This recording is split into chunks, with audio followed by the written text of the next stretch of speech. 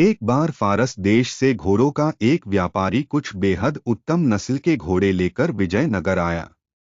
सभी जानते थे कि महाराज कृष्णदेव राय घोड़ों के उत्तम पारखी हैं। उनके अस्तबल में चुनी हुई नस्लों के उत्तम घोड़े थे। महाराज ने फारस के व्यापारी द्वारा लाए गए घोड़ों का निरीक्षण किया तो पाया कि वे घोड़े दुर्लभ नस्ल के हैं। उन्होंने व्यापारी से सभी घोड़े खरीद लिए क्योंकि वे अपनी घुड़सवारी सेना को और मजबूत व सुसज्जित करना चाहते थे। जब घोड़ों का व्यापारी चला गया तो महाराज ने अपनी घुड़सवार सेना के चुने हुए सैनिकों को बुलाया और एक एक घोड़ा देते हुए उसकी अच्छी तरह देखभाल और उसे भली भांति प्रशिक्षित करने को कहा। साथ ही यह भी कहा कि घोड़ों के प्रशिक्षण व भोजनादि का सारा खर्च राजकोष वहन करेगा। तेनालीराम को जब पता चला तो वह भी महाराज के पास पहुंचा और एक घोड़ा अपने लिए भी मांगा।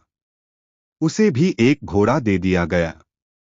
तेनालीराम ने घोड़े को घर लाकर अस्तबल में बांध दिया, लेकिन उसे न जाने क्या सूझा कि उसने अस्तबल के सामने की ओर भी दीवार उठवा दी। अब अस्तबल की स्थिति कुछ ऐसी हो गई थी कि न तो वह घोड़ा कहीं बाहर जा सकता था और न ही कोई उस अस्तबल में प्रवेश ही कर सकता था। तेनालीराम ने अस्तबल की दीवार में एक छोटी सी खिड़की छुड़वा दी थी जहां से घोड़े को दाना पानी दिया जा सके। उसी खिड़की से तेनालीराम घोड़े को हरी घास दाना पानी देता और घोड़ा भी खिड़की से अपना मुंह बाहर निकालकर उसे मुंह में दबाता और भीतर खींच लेता। घोड़े को पानी भी इसी खिड़की द्वारा पहुंचाया जाता। करीब एक महीने बाद महाराज ने घोड़े की सुध-बुध ली और यह जानने की कोशिश की किस प्रकार उसकी देखभाल व प्रशिक्षण का काम चल रहा है।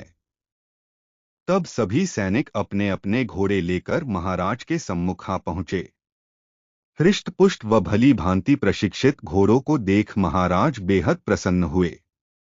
लेकिन तभी उन्होंने पाया कि तेनालीराम और उसका घोड़ा कहीं दिखाई नहीं दे रहे। इधर-उधर निगाहें दौड़ाते महाराज ने पूछा, तेनालीराम कहाँ है? जाओ, उससे कहो कि अपने घोड़े के साथ हमारे सामने जल्दी पेश हो। एक सैनिक तेनालीराम के घर की ओर दौड़ा और उसे महाराज का संदेश दिया कि जल्दी से जल्दी घोड़े को लेकर उनके सामने हाजिर हो जाएं। लेकिन तेनालीराम अकेला ही चल दिया। उसे अकेला आया देख महाराज बोले, तुम्हारा घोड़ा कहाँ है? आज मैं सभी घोड़ों का मुआयना कर रहा हूं कि उनकी कैसी देखरेख की गई है। जाओ, अपना घोड़ा लेकर आओ। क्षमा करें महाराज, तेनालीराम बोला, आपने मुझे जो घोड़ा दिया वह घोड़ा गुस्सैल है और अड़ियल है। मैं तो उसे अपने साथ यहाँ लाना चाहता था, लेकिन मेरे लिए यह संभव नहीं हो पाया, कहकर तेनालीराम चुप हो गया।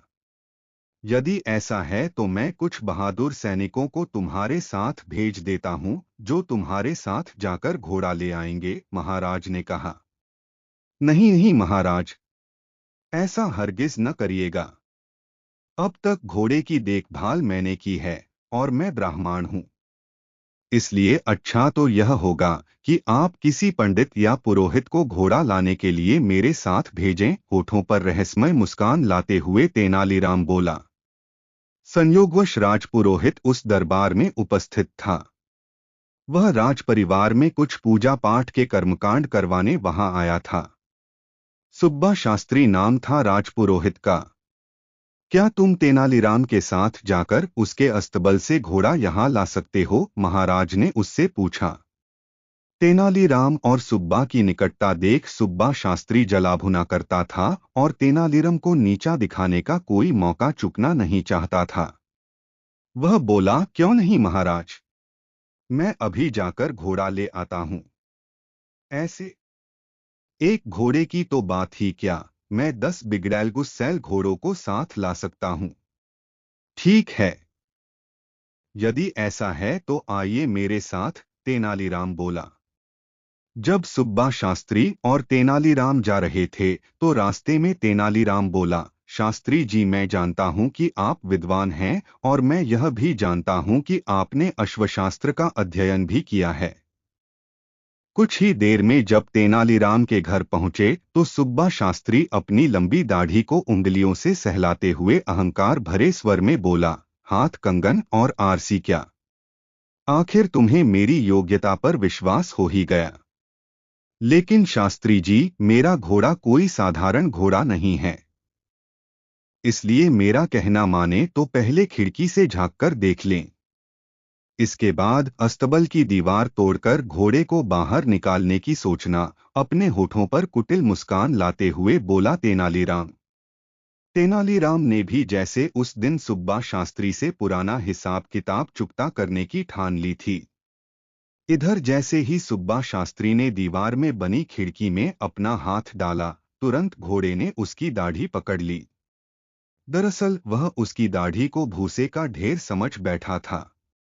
सुब्बा शास्त्री की दाढ़ी को अपने मुंह में दबाए घोड़ा इतनी जोर से खींच रहा था कि उसकी आंखों से आंसू टपकने लगे और वह दर्द के मारे जोर जोर से चिल्लाने लगा।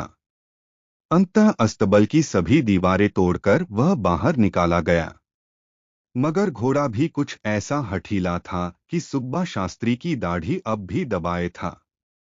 कोई और रास्ता न देख उन्हें उसी अवस्था में राजमहल की ओर जाना पड़ा।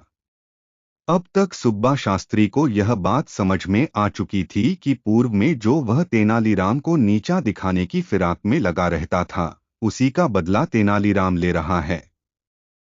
वह तो बस मौके की तलाश में था, जो उसे आज मिल गया था। इधर महाराज और अन्य घुड़सवार सैनिक बेसब्री से उनका इंतजार कर रहे थे।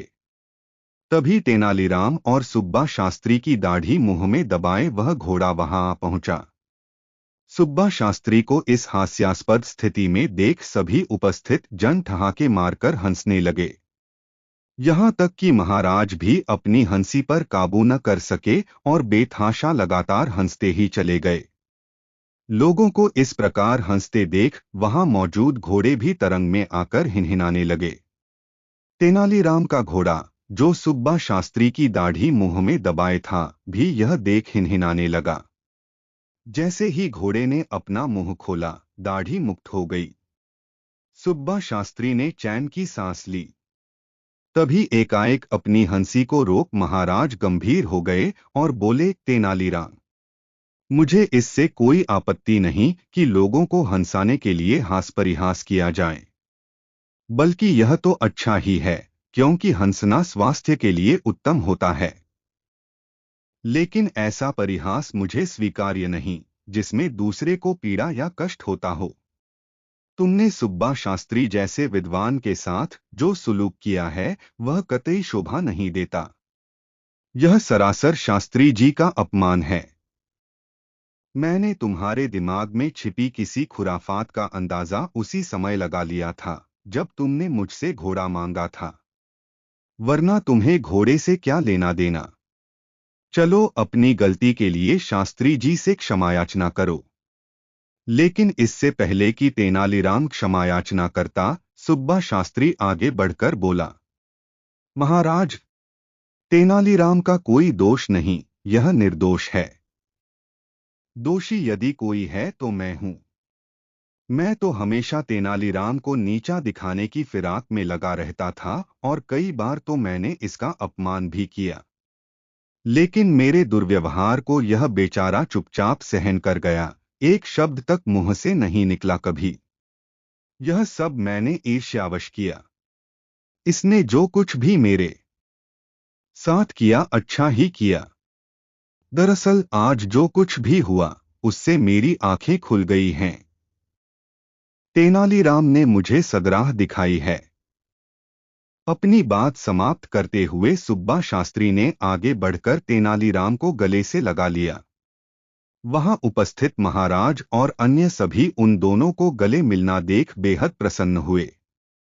तो इसी तरह की शानदार वह अच्छी कहानियां देखने के लिए हमारे चैनल से जुड़े रहे हैं और ज़्यादा से ज़्यादा शेयर करें, ज़्यादा से ज़्यादा सब्सक्राइब करें। धन्यवाद दोस्तों।